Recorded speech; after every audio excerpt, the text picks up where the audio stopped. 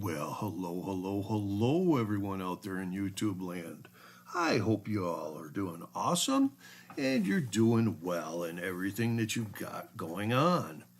Now, I have missed putting out a video for you guys, and there's a few subscribers who've asked me to do a video on this next victim of being exposed on our channel.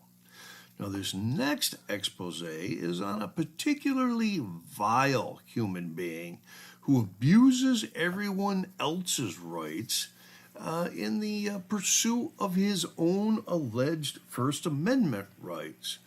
That's right, Michigan constitutional crusader, Mr. Matthew Todd Roche. He's a 51-year-old unemployed professional student who's now going for his master's degree instead of going out and getting a job to support his family. Do you see how huge Matthew is? Now, if Matthew keeps growing, he's going to be as Fat Tony out there in California. You know who I'm talking about, Anthony X First Amendment audits. Oh yeah, speaking of Anthony X, Mr. Landa, do y'all remember the copyright strike he filed against me, against a 20-month-old video? And YouTube took that video down without any notice. Well, I got a lawyer, and I decided to fight that copyright strike by filing a counterclaim against Anthony. Now, Anthony was served with paperwork, but he did not file any paperwork with the court or show any paperwork to YouTube. So I won, and the video was reinstated this past Monday, which now I prove yet once again that if you stand up to these bullies, they will leave you alone. So let's get ready to meddle in the business of a frauditor who I'm sure doesn't want us to. So go on out into your kitchen or pantry, grab yourself a bag of popcorn, go and pop it up in the microwave or the stovetop, wherever you do yours. Then go ahead and sit back and relax. Get yourself comfortable because we're about to board the crazy train of frauditing.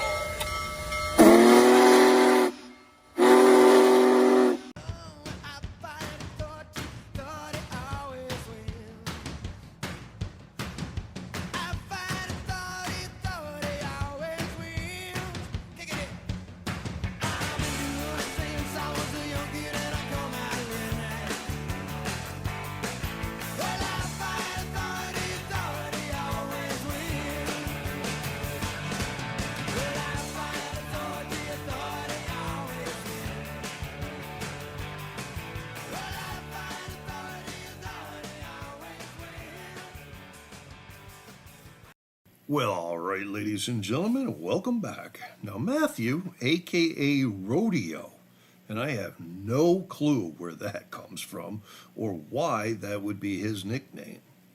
So I did a deep dive on old Rodeo, as requested by a couple viewers, actually more than that, a few of them, and you're never going to believe it, folks, but he has at least 15 criminal charges with at least 4 felony charges, going back to 1993.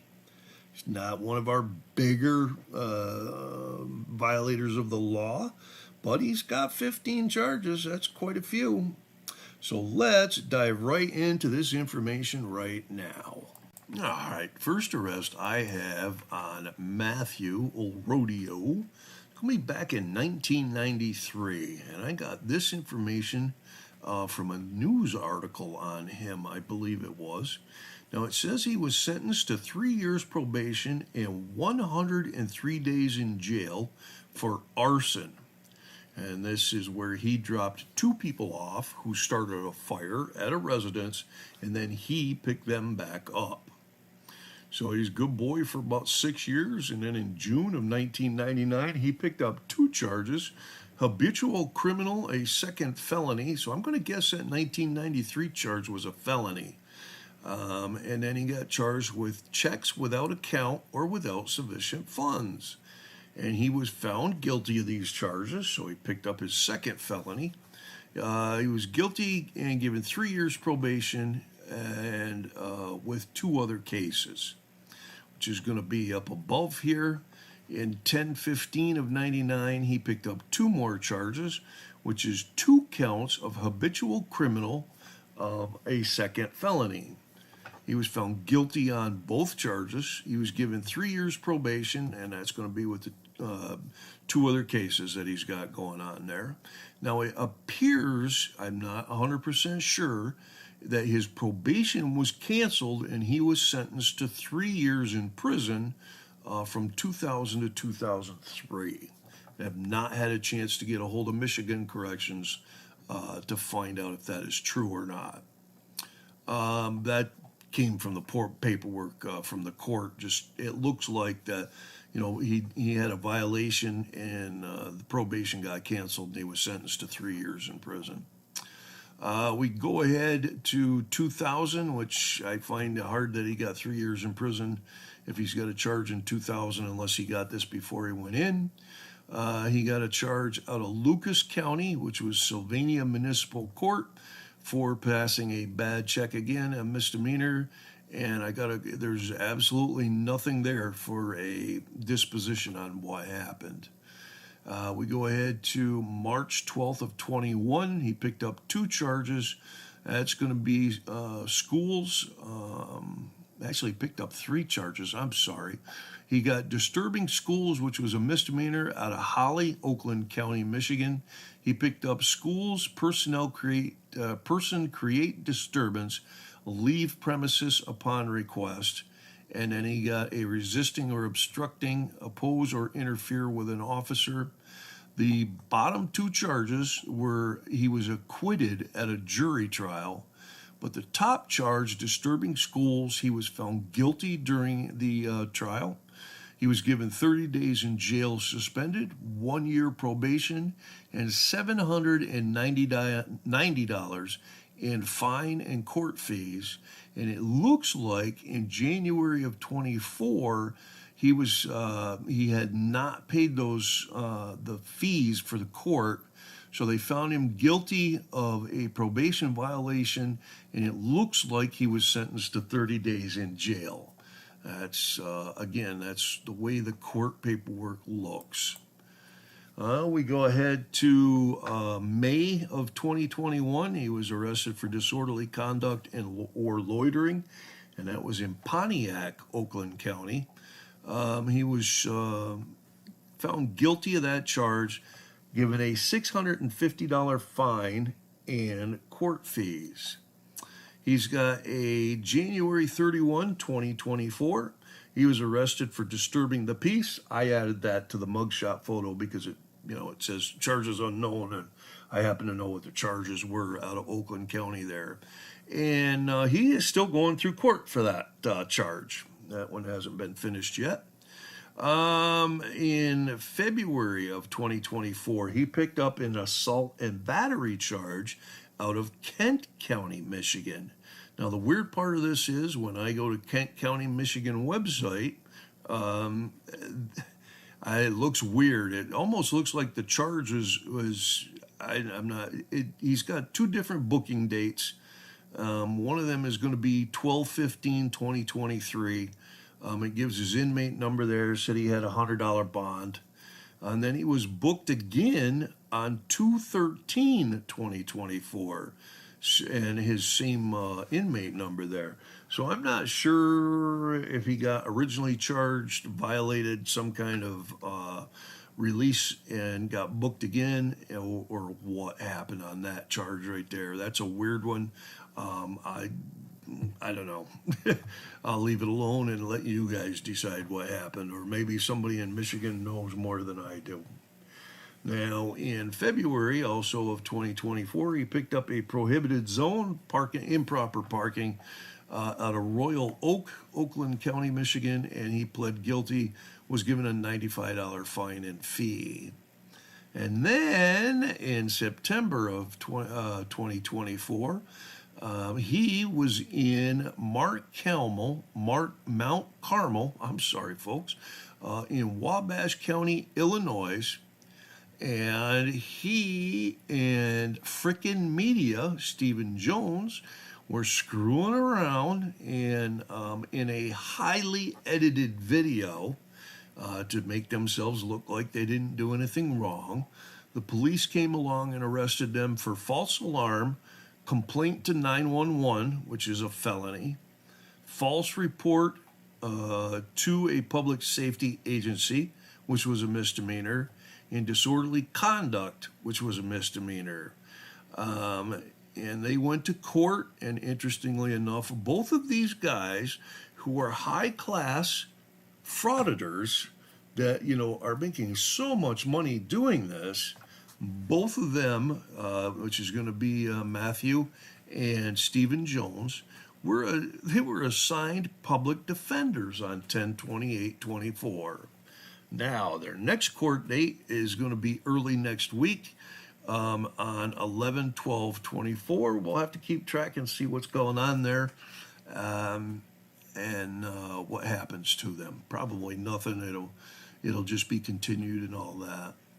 Now, on May 24th, 2007, he filed Chapter 13 bankruptcy. He must have did the paperwork wrong or something because it was dismissed. And then he filed again in July of 2007, another Chapter 13 bankruptcy, fixed his paperwork.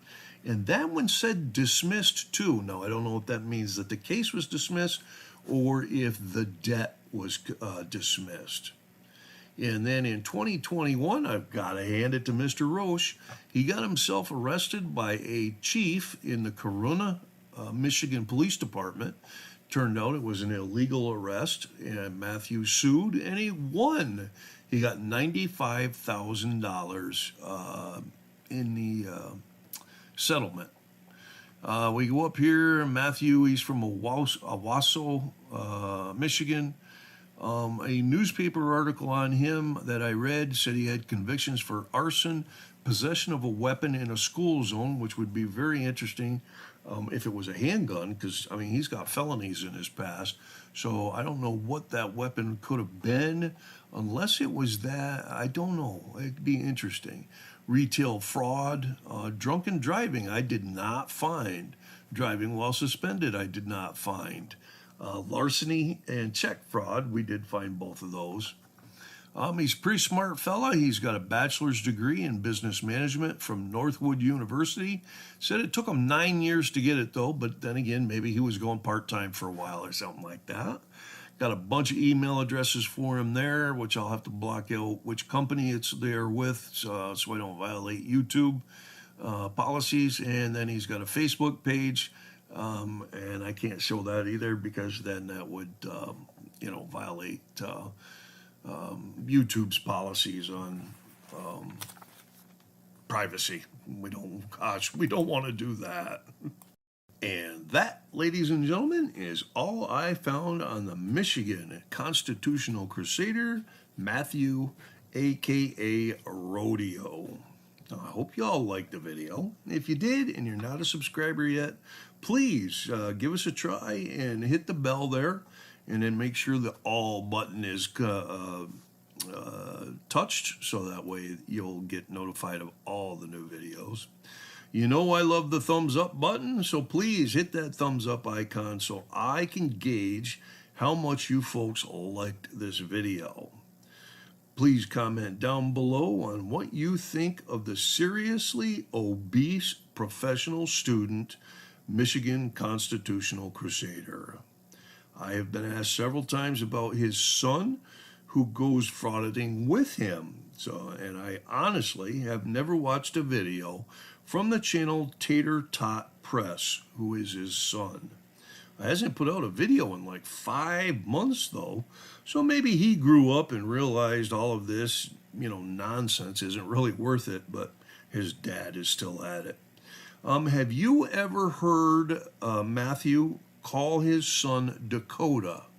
That would be very interesting information if somebody could let me know if they've ever watched a video and heard him call him that. Now, I do want to thank all the new subscribers that have come along in the last month. There's over 330 of them, so that's a great sign. We're like 135 away from 5,000. That's the mark we're going for right now. We're so close we can taste it. So if you got any friends or family or enemies or coworkers or whatever that you think like these kind of videos, please give them this channel and let them know that it's a good channel and we put out good content and we expose those frauditors. Now, I know the majority of this audience are great people and, you're here because you do support your local law enforcement and you back the blow. It has not been a very good few days since my last video. The Fraternal Order of Police, or FOP, put out an update that through November 1st of this year, 301 officers have been shot in the line of duty. That is a lot. That's almost one a day. There have been 118 officers killed in the line of duty so far this year, which is like a couple more than my last video last week. And very sadly, 3 more law enforcement officers have taken their own life since my last video, making the total 86 officers now. Please say a prayer for their families. And folks, I'm sorry for that kind of bad news. And with that, I'm going to sign off, ladies and gentlemen. So until next time, y'all take care now.